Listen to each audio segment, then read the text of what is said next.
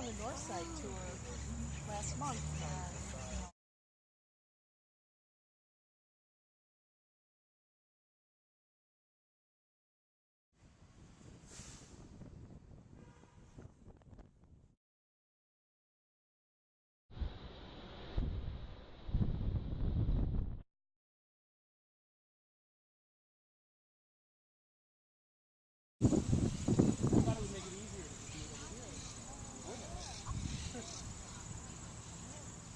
I mean, every garden is its own story. No two are exactly alike. That's what makes it fun and frustrating. In my backyard, I live in Pullman on the south side and have a lot of containers that I grow. And actually within Pullman there's a new project being started called Pullman Urban Gardeners, and they're starting new raised beds, again, to bring community members around together around fresh food. So, yeah.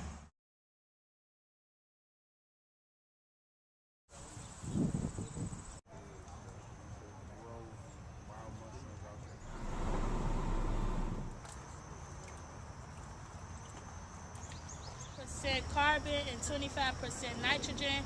It's more carbon than nitrogen because if it's a lot of rotten food in here, then it's going to attract rodents. And we use the carbon to keep down the smell. This goes to the farmers market, and we also this is everything that we grow. We grow all these crops and plants, and we are a non-profit program. But the money that we do make off the plants at the farmers market goes towards keeping this operation together.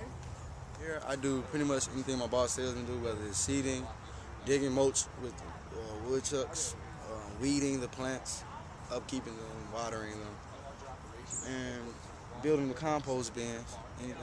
I love the environment, so when I get older I may want to become a farmer myself. There has been some sort of a garden here for about 10 years or so.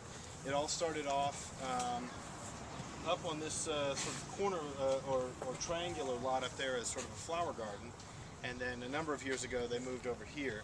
I got involved in 2007, and by that point it was kind of waning a bit. There was probably about 2 or 3 people involved, and basically what happened is we started, expanding a little bit and such, and the church allowed us to, grow incrementally over the years and such. So basically, we started off with, as I said, about 2007 was about 3 or 4 people.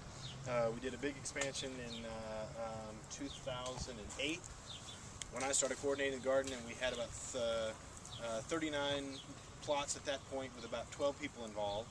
And then this past year, basically the 61st and Dorchester Garden was on university property, and it got shut down. They had to use the land for something else, so as part of that whole thing, they said they would be willing to help other gardens expand if they were going to accommodate some of the people that got displaced. And so we managed to get a significant amount of compost and such this year. So we went from 39 plots last year to 116 this year. Oh, wow. And in that, we put signs out on the corner.